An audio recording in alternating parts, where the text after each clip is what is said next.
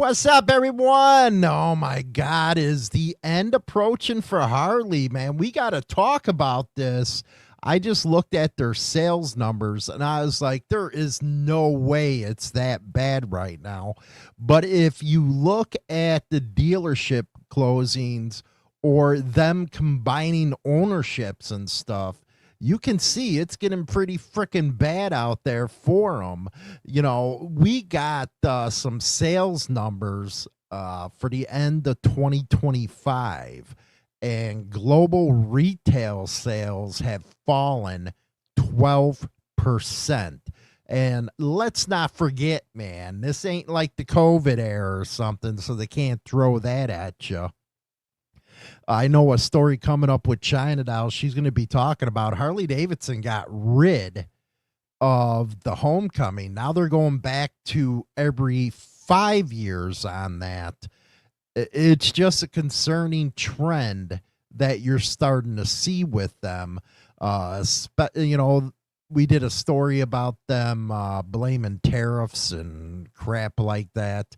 But I think there's something more deep down that's going on with them.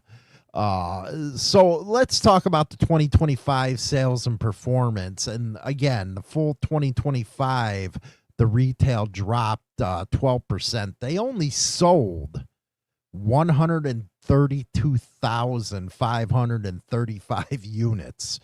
Not good at all. You got a lot of inventory sitting at these dealerships right now.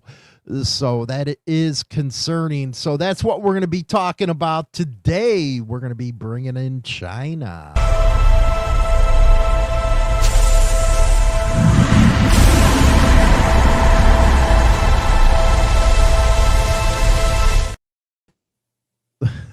I love that damn thing. What's up, China? Hello. Yeah, that's about what I feel when she wakes me up every morning, if you didn't hear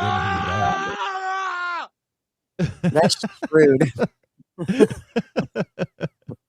So I'm looking at these numbers, and that's a big drop with bike sales. Now, their losses in quarter four of 2025, $279 million. That is huge. That is huge. You would have never thought that you'd ever see those kind of numbers coming out of Harley. Now, what were the numbers during? Okay, since you brought it up, what were the numbers during COVID? The numbers during COVID, they actually see, since I think it was 2012 or whatever, they were on the upswing, and then COVID came, they leveled off, and ever since COVID, man, they just been it's free fall for them. That's incredible. It's, man. I don't think Frank likes it better with the studio thing. You're probably on the phone one, because when we do this multi-stream with vertical and horizontal, you got to pick the horizontal one, and it looks like you're on the vertical one, Frank. And Yo Mama House, man, you can buy a nice truck for what they want for a bike. You know, I could argue about that one right there, man, because you're looking at trucks that are in the 100,000s. But I almost, you know what, I actually did. I almost crapped my pants when Professional Monkey came on with, he just bought a new CVO. It was like for $40,000. I was like, you're freaking crazy, man. There ain't no way. But I guess if you got the money to burn, you know, you're going to do what you're going to do. But everything's through the roof. But I can't think Harley can blame freaking tariffs on this one. Because with the tariffs, you're looking at, if you build in America, you don't have to the pay to stuff. But I guess tariffs overseas if they want to sell into those markets. But one thing that you noticed last year, because you work with the public, is the lack of bikes that were coming through. They were mostly sports bikes now, weren't they? Yeah, they were. I mean, What's up, Fumes? Hardwire? I so noticed the fact that less and less bikes are on the floor when we went into the Harley Davidson dealership near us. I think they only had maybe 10 bikes on the floor when they used to carry like triple that. And Kegel's is one of the oldest dealerships, and it's mostly a clothes store now with an eatery there. Yeah, they've got the restaurant in there. They've got mainly parts and attire. And it's like, come on. What happened to all the bikes? Well, And they that's don't even true. give you much of an option. Now, When we went the last time, it was all new bikes. I didn't even see used ones. with their revenue decline, their total revenue fell 14%, $4.47 billion. But that $279 million loss is crazy. And they also are, I think they sold off, or they're trying to sell off Eaglemark, the finance company, which good riddance. See you later. You know, Eagle Man is more of a loan shark in operation than anything else. Yeah, that place it'll, I guess you could say it'll give a loan to anyone, Yeah. whether you can afford it or not. And basically what happens is these dealerships, they make a percentage of the interest on the finance. So, you know, if they give you 10%, it's actually an 8% loan. They get 2%. But most of the times, for most of the people, it's 29% and above. And you wonder why you can't afford it. Yeah. And then and then they go to want to repo it, but that takes about 6 months. Yeah. They don't got enough repo guys out there to get the bikes. Yeah, how sad is that? It's just amazing the fall, because what they have depended on for all these years, and I think it has to do with their model line. They never change anything up. And No, they when all they look the same. do, go ahead. I said they all look the same from like 10 years ago. Well, There's that's true. it's like they don't upgrade and No, they don't. They got to change the look of the models. Well, they have to change the look of the models, but they have to start saying, okay, we got to keep our core, but at the same time, these kids, it's not like the 90s. It's not like the 80s. These kids are into sports bikes. What is so hard about designing a damn sports bike, slapping your logo on it? You did it for the Pan America. You got into the adventure stuff. Mm-hmm. That could really help out right there, unless you think a freaking rocket is worth $30,000. Yeah, but if they went and made something like that, like you just said, the pricing is going to be outrageous. You might as well just go get a katana or a ninja. Yeah, one that's proven in that sector of bikes. Now, they're blaming it on here. Tariffs and the macro environment. The sales slump is heavily driven by the volatile market. Increased punishing tariffs, which I'm not buying that one. The cost mismatch. The company is struggling with high manufacturing costs that are not aligned with the lower sales. Now, up in Tomahawk, there's a plan up there. They're already talking about laying people off. Yeah, which is terrible because in Tomahawk, majority of the people there, what do they depend on? That plant. That plant is huge to the economy up there. It's the biggest thing that they have in that area. It's and like if the only those that don't know Tomahawk, It's very rural out there. It's a beautiful area. I mean, that's why they have Tomahawk Fall Ride. That's like mainly the other thing that brings in income every year is the fall ride. That's like another major source of income. But you know, if they start laying off people from that plant, there's going to be a lot of people in that town out of work. They One depend thing on that. that you're going to talk about now, and we'll get more into the sales figures, where Harley is hurting is when they say no more homecomings. It's only going to be every 5 years. Mm-hmm. And that shocked the hell out of me because that's nothing but a money printing machine. Yeah. And now they're getting rid of it. Yeah. Yeah. And Milwaukee Harley Davidson, yeah, they're the ones that are switching their gears. I mean, as of right now, what we know is after hosting annual homecoming celebrations for the last 3 years, every year, the Milwaukee-based motorcycle maker announced Tuesday that they are doing away with the yearly fests and returning to the long-standing 5-year milestone events. So their next celebration isn't going to be this year. It's going to be in 2028. So they're postponing it till 2028 now? Yeah. Because they usually do it the past couple years. They've been doing it every July.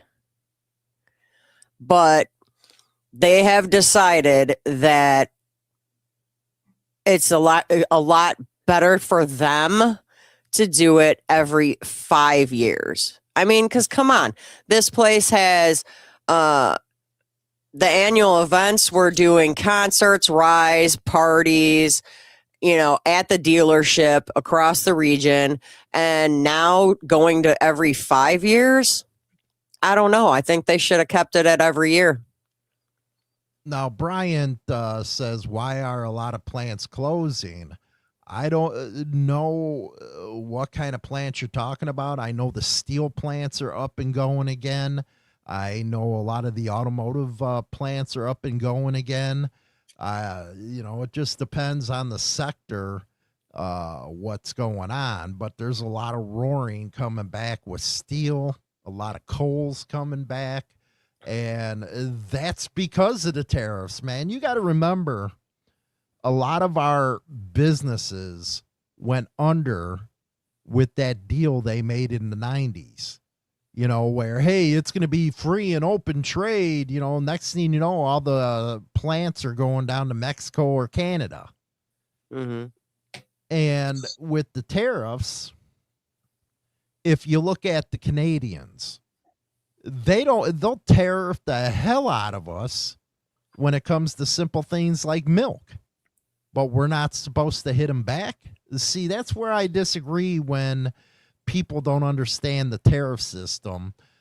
Just like China, they don't want nobody to, export to them. They'll charge the hell out of us, but then we're the bad guy because we say, hey, no, this ain't happening. Steel, Pittsburgh and Pennsylvania was all made on steel, man. And then they started going under and under and under because all the steel was made over in Japan. NAFTA and the CAFT, you're right, Hardwire. We got the shaft on NAFTA. Go ahead. Well, Steve, they actually didn't give an exact reason on why they're switching back to the 5 years. They did say that in the past 3 years that the attendance did slightly decline a little bit.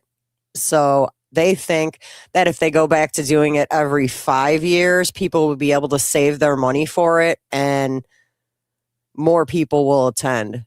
Because Fumes, man. People's house payments is cheaper than a Harley payment. That's true. People riding around with $1,000 freaking payment on their bikes, and it's like, man, how the hell you do it for that? Go get a used one, man. You got all these rubs out there that buy these bikes, ride them for a summer to look cool, and then put them on marketplace. You to get them for $4,000 or $5,000 right now with low ass miles on them. Mm-hmm. So Well, they say the attendance is down. in the past 3 years, because they've been doing it every year for the past 3 years. Prior to that, they were doing it every 5 years. But for the past 3 years, since they've been doing it every year, the attendance did slightly decline. Because when they did it every 5 years, they said, well, people were able to save more money to attend. So I think personally, even though they're not coming right out and saying it, it's because the attendance declined. And that's why they're going back to the every 5 years. Yeah, maybe they should leave Milwaukee. That's cesspool. And I do agree. A lot of their riders might not be riding in 5 years, but this is what they're choosing to do. Go back to what they did in the beginning and every 5 years instead of every year. Well, you know what? That's right, sick. Baby boomers ain't getting any younger. Generation X, my generation is starting to get aged. And that's where the problem becomes, where they don't want to diversify their models. They don't want to get into sports bikes, and they're paying for it now. Well, I don't know who's advising them on this supposed board, but give me a break. You can't see it. It's right in front of you. I mean, if you think about it, it's technically only going to be 2 years because it's 2028, July of 2028, and it is 2026. So you're going to have 2 years to save up to go to it.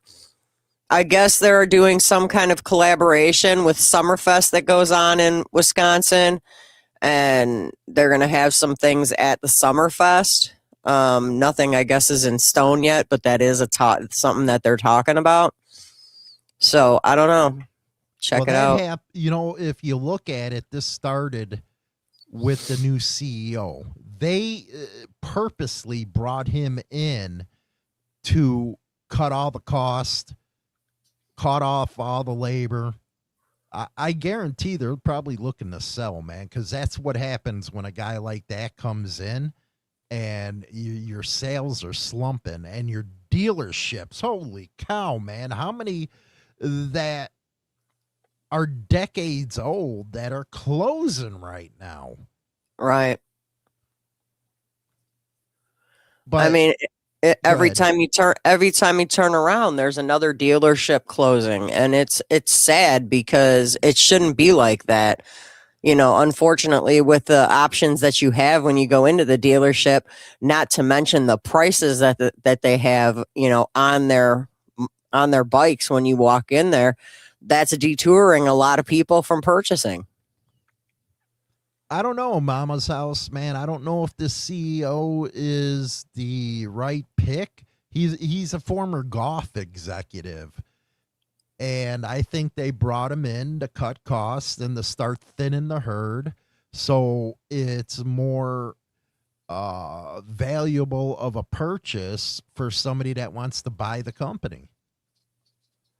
Look at what Indian's going through right now, man. They got that freaking, they're destined probably to get freaking broken up and go. See, that's why I would get freaking scared to buy an Indian, because they went through so many hands all these years. No damn way. Yeah, but you got to look at the big picture with Indian. I mean, Indian celebrates its 125th anniversary. Yeah, but at the 125 same years. time with Indian, they haven't been under the same ownership for all that time. Oh, definitely not. Definitely not. It's changed hands numerous times. They claim that Indians changed hands about as often as playing the game hot potato. Well, they're right about that. I mean, it's true. It's true. The staying power that Harley had was because its iconic status of, made of in America. It was that rebel spirit. And that kind of marketing ain't working anymore. No. Well, one of the things that Indian, because I read this fabulous article about Indian motorcycles because of the 125th anniversary, they're actually changing the paint on some of the bikes. Well, let's not lie, man. Harley has some good paint schemes. Hopefully, Indian will follow up on that. Well, Fumes, I don't know. I've seen that meme where they said Harley has around 80,000 bikes rotting away, sitting around because sales were high during COVID. They took them, and you know what? They actually did take a gamble and mass produced. But I've seen that meme. I don't know if it's true or not. Yeah, it's enough to make you want to buy a no old Bonneville. I'm telling you. hey, there was nothing wrong with the Bonnie. Nothing. Except I had to kick my ass on that bike. Oh my God, to kickstart. I'd have a freaking heart attack right now trying to kick that thing. I would. I'd die. I would get such a good laugh watching you kickstart that thing. I'd probably bust my kneecap or something. Only thing I hated about that bike was that bar in the back, right at my tailbone. That was every bump, land on it. That was Road terrible. Rage says Harley needs to drag the person that keeps not approving designs that we want to see and get told. We're not actually going to build it. Looking at you, Bronx.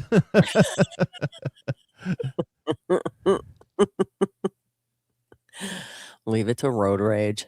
You gotta admit, man, with that, man. And you're right, Steve. The 125th anniversary, but it wasn't consecutive years with Indian. And it would be a real crime if Harley is led down the line that Indian's going through right now. Because you know what they're going to do is sell pieces of Indian just to make their money. Well, with Indian, what they're planning on doing for their 125th anniversary is 4 specific bikes are going to be getting spectacular hand-painted paint jobs done. So that's actually a freaking lost art is pinstriping. I remember pinstriping used to be unbelievable.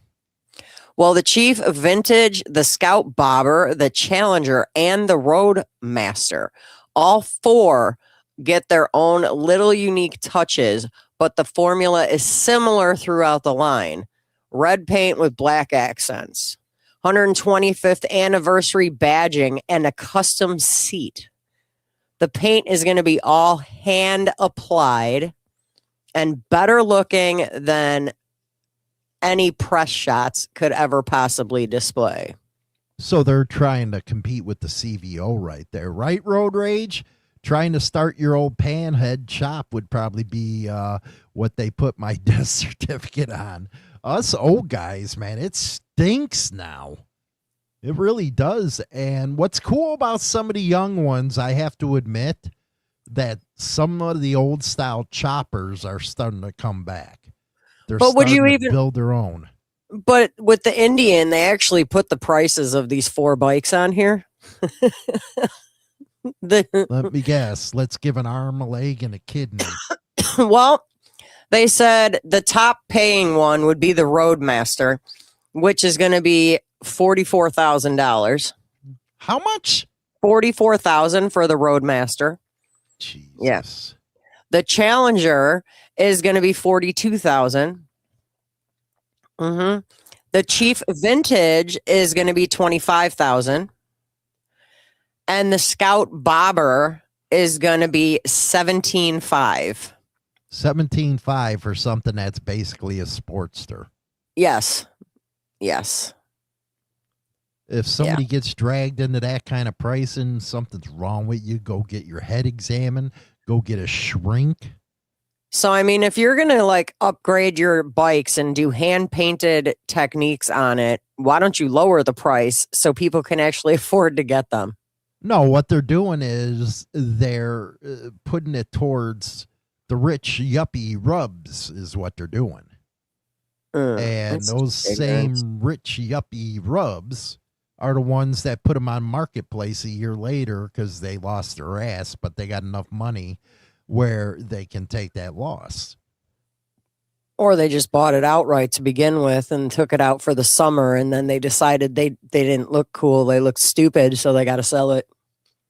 Right, Steve? Nothing worse than wrenching your knee when when you try to kickstart and miss that gear.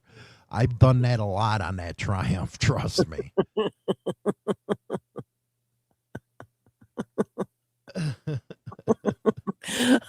That used to be the best time of my life, was watching you start that bike. And I That was hated like the doing it best. every time. And then if if it didn't kick over the first time, the words that used to come out of your mouth was fabulous. Oh my God, man. Yeah, I had some choice words when it wouldn't start on the first hit. Mm-hmm. You're like, the look on your face was always priceless. I'd get a good giggle. That Corp, it won't matter unless a bunch of people jump in to break it up anyways. I'm out. Just reality of street smart. You got that right, man. You know, that's the problem with them. They never have anybody that's actually ridden a bike is part of the lifestyle. You just look at your damn board with Harley. None of them ride. They're all freaking business nerds and they can't even do that right. Come on. The last CEO they brought in was a shoe salesman from Puma. Tell me how he's going to relate to somebody like us. And those shoes are definitely not the ideal brand to wear when you ride a bike. I don't know, unless you're in California. Well, I mean, yeah. What is that, by the way? Everybody on the West Coast and the East Coast should wear gym shoes. It's only us in the Midwest that wear bust boots. out the boots. I have no idea. I guess that's their fashion, I guess, back there. It's their thing. They all wear those, what do you call the high tops and Converse and all that stuff. Are they also the ones wearing the Crocs, though? Yeah, I wouldn't doubt it. Steve says you're sadistic. Me? No. Only a little. Only a little. They're I like that one, Nike bikers. Yeah, Nike bikers. That's what they are in Australia, man. There's some weird people over there. Grumpy bastard. Bunch of Jax Teller wannabe chumps.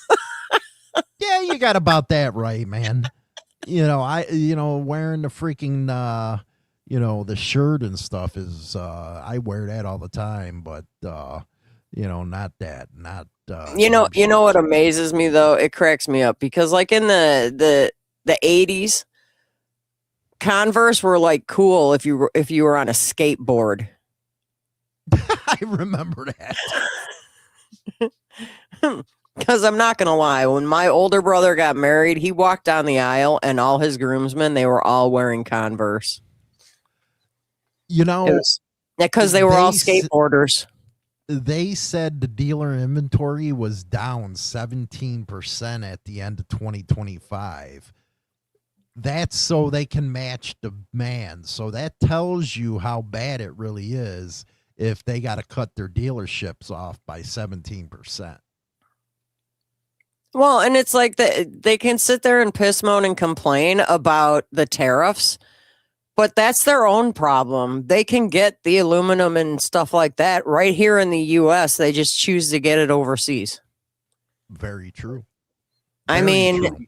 What they can't say they're doing it to save money because you're not saving money. You're spending $50,000 for last year alone in tariffs because of the fact that you're getting it from outside the U.S.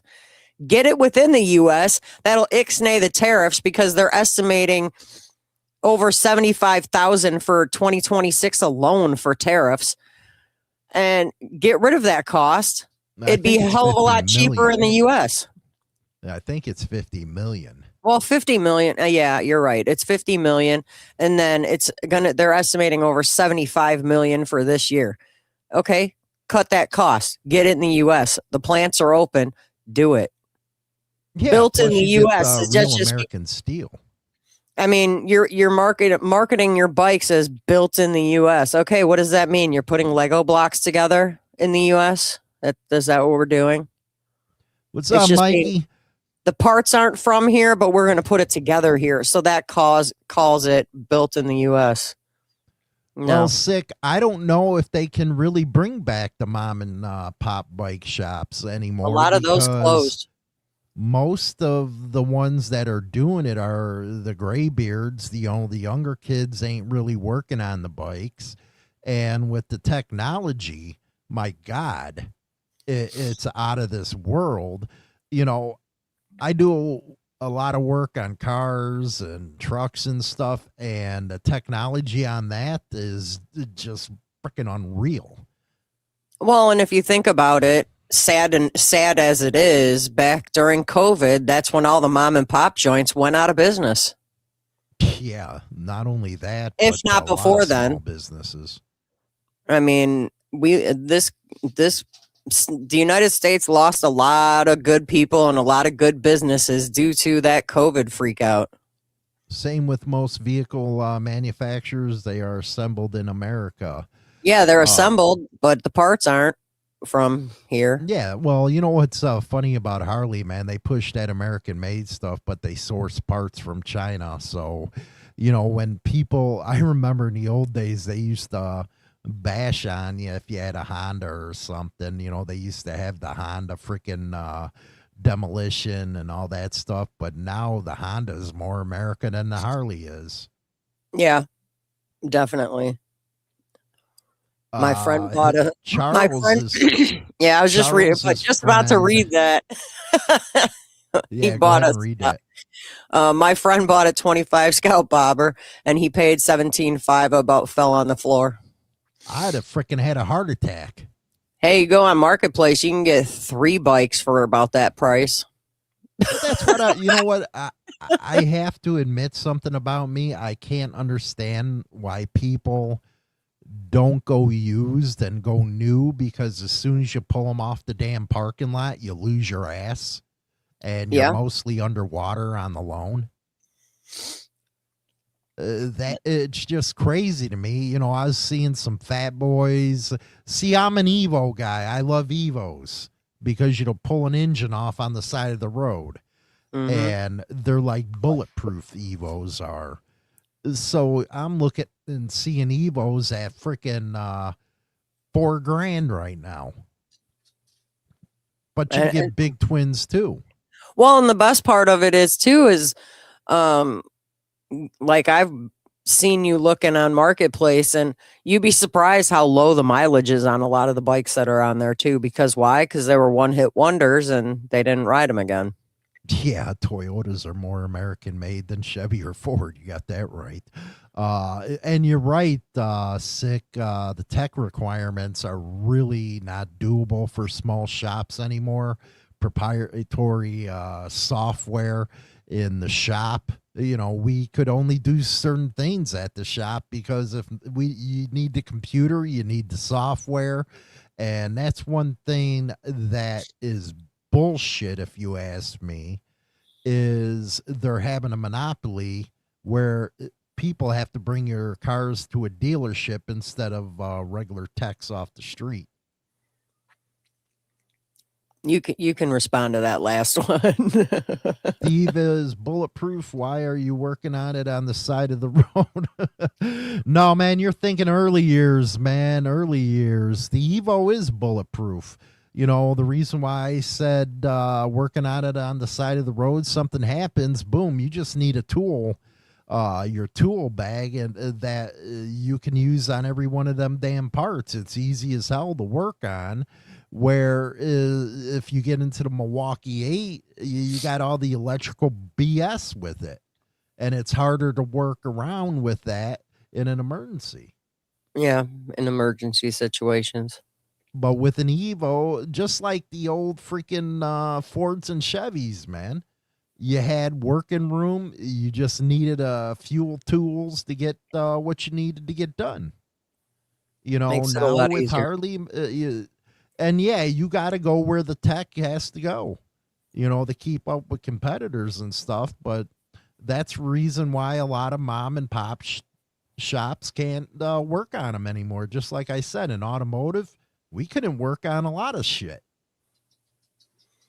You do what you can with what you got. Right. Oh, I know, Sometimes, pro fuck.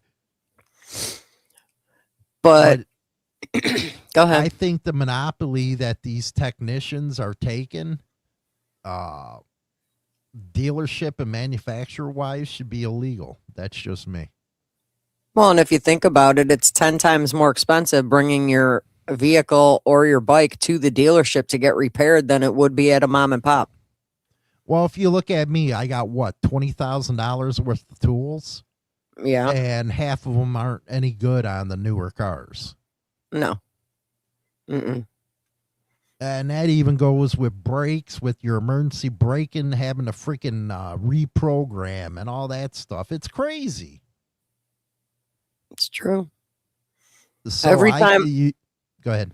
when you were working in the shop, and every time I turned around, you had to buy a new tool because the tools you had didn't work for what you needed.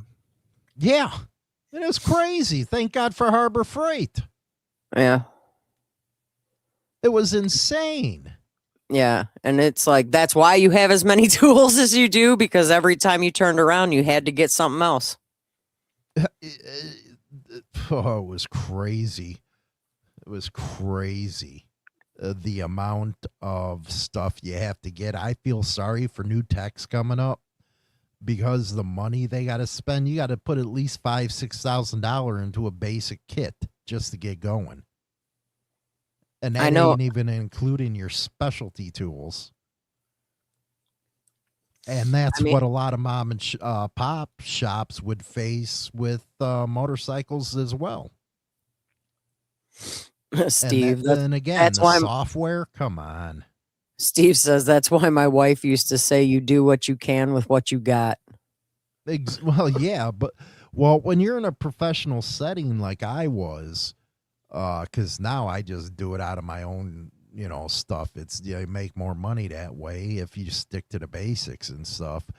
But when I was running the shop, I was seeing guys hitting that Snap-on truck or that Matco truck. I wanted to smack the shit out of them.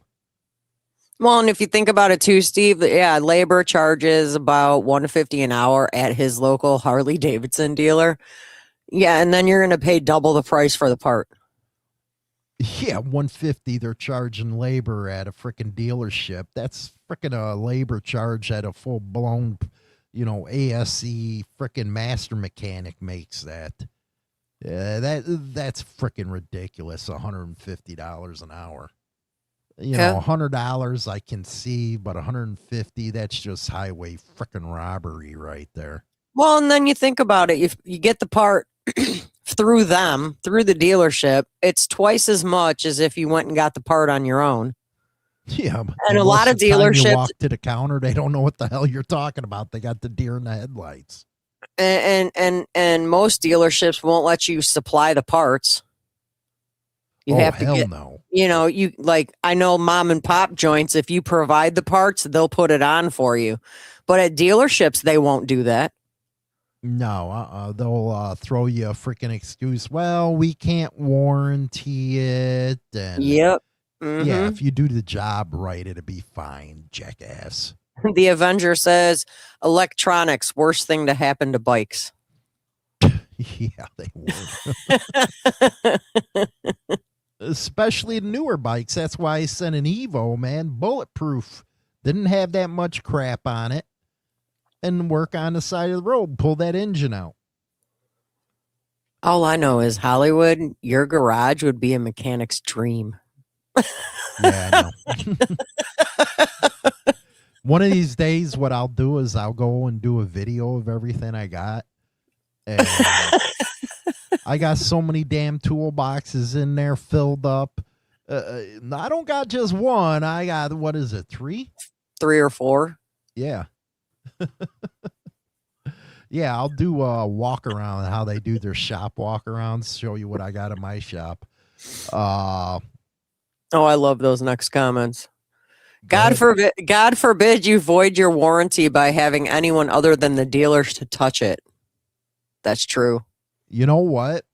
That it was a big lawsuit where I think Harley got screwed on that one because they lost that. They were trying to do that where if anybody else other than the dealership worked on the bike, that it wouldn't be covered. I think they lost that. Fumes. My local shop charges Harley prices and do goodwill work. A lot of them do. And that's the reason why that is a lot of your old tech heads are leaving, and these kids, come out of UTI? They don't know what they're, or MMA, whatever the hell it is. UTI sounds like a freaking pee problem. You know, that's school. I know it is. Mechanics, MMI or whatever it is. They don't know what the hell they're doing. Yo mama's house. The Snap-on man does have nice socks on their truck, though. Hey, don't get me wrong, man. I'd like to have a Snap-on hat, but I ain't buying your damn tools. Not when you can go get the Icon over at Harbor Freight's the same damn thing. They make it in the same freaking factory. And it's like a third of the cost. Prices. It's a third of the cost. I see the Snap-on truck every day at the automotive shop right next to my work. And it's like, dude, how do you guys afford that? It's expensive. Charles, you know, about the electronics on autos. Me work on a live wire, dude, I'd blow it up. I'd blow it up. I wouldn't even touch it. Fume says those AVO pills are good for them UTIs. Got that right. Get some penicillin. I don't know, man. There's some stuff out there nowadays that, you know, it'd make you get sickly dick. I don't know, man. Screw that. There's some, it's so bad that even antibiotics don't work. Oh, what's my up, goodness. Detroit in the house, man. What's up, Detroit? Oh, man. That's hilarious. What else we got on news? I think we got a dealer closer, don't we? Yeah, the oldest Harley Davidson dealership in the United States is closing its Sunbury location, and its new owners consolidate operations to their Columbus dealership. The company announced it on February 24th. The closing follows Rickard Automotive's decision to sell its Faro Harley Davidson dealership to the Shipper family, which owns and operates 6 other motorcycle dealerships across the Midwest. Yeah, that ain't working. Having 6 dealerships now. So the Faro North dealership in Sunbury operated in Central Ohio for 20 years. A dealership employee will contact customers who have ordered items from their store for their motorcycles there. Orders will be filled at the Faro East location in Columbus, according to their most recent social media post. You got that right, Road Rage, man. You think they're the holy grail, the freaking Snap-ons. Let's buy a wrench for $500. That's why I used to slap my mechanics over the head. I did. Anytime that Snap-on guy came near the bays, I'd like, sit your ass in that truck. Don't you come in here. And I'd make the mechanics go out there. You're like, nah, he can't come in the building. Yeah. I did, man. I was like, mechanics, go out there and talk to him. Well, what cracked me up when the Snap-on guy came, because he kept trying to push the torque wrenches, which we had multiple torque wrenches because we were dealing with a lot of tires when you had your shop. Right. And the cost of one of his torque wrenches was so outrageously priced. You're like, I'll be right back. And you went to Harbor Freight and bought a torque wrench and came back and compared it to the one that he was selling. Identical. He wanted, what was it, $700 calibrated. And I got mine for like $250, $300. And you still have it. I'm a huge Harbor Freight guy. I'm huge. Harbor Freight is awesome to me. Chinatown knows how to use a torque wrench. Chinatown knows how to work on a car. She learned, man. She knows I can remove spark plugs and spark plug wires. Yes, I can. I'm not that shabby with it. Commander, my friends and I are assembling electronics in my dad's garage. We blew a fuse and smoke filled the garage. What's up, so loud? What's up, Daniel? An 89 Electra. There you go. But yeah, I wouldn't work on no live wire. Hell, I don't even like working on the newer bikes. No. And as far as vehicles are concerned, it just depends. You got freaking Teslas coming in now. I remember working on a Tesla. I was like, dude, all we can do is the brakes and the freaking tires. There's nothing else we can do to your damn freaking car. I'm not taking that battery out and getting shocked. There's a whole procedure that you got to do to take a damn battery out of a Tesla. And the batteries are like, what was it? 7,000 for a battery. You got to be specialized and all that. Screw that, man. Yeah, Steve Cagle is a pretty nice location. They've got a restaurant there, but like I was saying earlier in the show, they've only got about 10 bikes on the floor. Yeah. Well, he's talking about them being the oldest longest running family owned. Yes, they are. It's a nice store, and it is very family oriented. And when you walk in there, depending on if you're a dude or a chick, though, the girls get more attention than the guys do. Just saying. They do. They approach me right away when we walk in there, but not Hollywood. They only approach him now because they know who he is. You know what I should do is wear, because I got some camera glasses. Wear some glasses and just do a video on how different Harleys treat you. If you don't look like a rub, you ain't getting no damn service. I think the one where you got the worst treatment was Woodstock. Oh, I hate Woodstock. You guys can, yeah. That was the worst one. Freaking morons. They were jerks there. Well, they hate club guys there. They hate them. Hollywood, it's MIT, not UTI. Whatever. No, UTI, Universal Technical Institute. Yeah. That was the automotive. Yeah, that's like here. No, they're not here anymore. Not in Illinois. That's Lincoln Tech is here. Yeah. I'm not buying new. I've got too much money in my bike. I'm just going to put a stage 4 in his 107 Road Glide. Nice. Nice.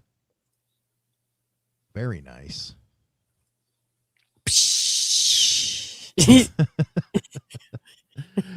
Oh, anyway, Monday and Friday, right here, we're going to be having some fun.